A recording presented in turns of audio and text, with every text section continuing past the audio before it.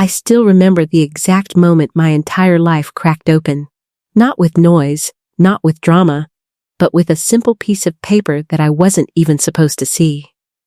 It was late at night, and I was just looking for my school documents in my parents' drawer because I had a submission due the next morning. I wasn't snooping, I swear I wasn't, but what I found changed everything I thought I knew about myself.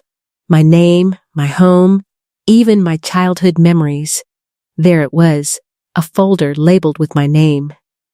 But inside, nothing matched my life. The adoption papers looked real at first glance, clean stamps, official seals, signatures that seemed believable enough for anyone who wouldn't look twice. But something felt off. The dates didn't align with what I had been told growing up. My adoption story had always been simple. I was brought into this family as a baby, rescued from uncertainty, given a better life. That's what they told me. But the document in my hands said something different. It suggested a delay, a gap, and then a suspicious registration that didn't look like government processing at all. And right there, tucked behind the papers, was a receipt. $3,000. Paid in cash. To a private agent. My hands started shaking before my brain could even catch up. I remember sitting on the floor, staring at that number like it was laughing at me. $3,000 wasn't adoption fees. It wasn't legal processing. It looked like a transaction, a purchase. And in that moment, I didn't feel like someone's daughter anymore. I felt like something that had been arranged. I didn't confront them right away. I wish I could say I did, but I didn't. I went back to my room, closed the door, and tried to convince myself there was a reasonable explanation. Maybe I misunderstood. Maybe it was legal paperwork I didn't understand. Maybe I was overthinking.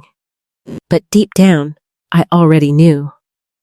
Something about my life had been staged. The next few days, I started observing everything differently. The way my parents answered questions about my childhood. The way they avoided certain topics. The way they always changed the subject when I asked about where exactly I was born. Before, I never questioned it. Now, every answer sounded rehearsed.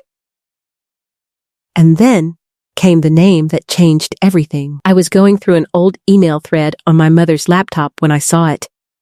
A message, years old, partially deleted, but still readable in fragments. It mentioned a woman in Seoul, a young mother, searching for a child, desperate, refusing to give up. My heart stopped. Seoul, South Korea. I had always assumed my origin story was vague because it didn't matter. But suddenly it mattered more than anything in the world. That night, I couldn't sleep. I searched everything I could about missing children records, international adoption loopholes, anything that might explain what I saw. And the more I read, the more the puzzle pieces started forming into something I wasn't ready to accept. By morning, I wasn't just confused anymore. I was certain. I wasn't legally adopted the way I was told. I was transferred, and someone, somewhere, had never stopped looking for me. That's when I confronted them. The woman on the other side of the messages told me everything over the next few days. Her name, her story, the exact date I was taken from her. She had been told I was lost in an administrative transfer, that I had been placed into safe custody. She fought legally for years, but kept hitting dead ends, paperwork errors, and sealed records. But she never stopped looking. Never. She had even traveled to multiple countries trying to trace leads. And eventually, one detail she found connected to my current identity brought her to me. The realization hit me like a wave I couldn't stand against. While my adoptive parents thought they were building a legal family, my real mother had been living with a void that never healed. And I was standing in the middle of both worlds. I didn't know what anger felt like at that point. It wasn't clean or explosive. It was quiet, heavy. It sat in my chest like something that had no exit. My adoptive parents tried to talk to me after that. They said they didn't know it would go this far. That they thought I was orphaned properly. That they paid someone who promised legitimacy. But I couldn't hear them the same way anymore. Because no matter how they framed it, one truth remained. They didn't check. They didn't verify. They paid money and accepted a life that wasn't fully theirs to take. And someone else had been suffering for it every single day. The hardest part wasn't choosing between them. It was realizing I didn't belong fully to either version of the story anymore. I decided to meet her.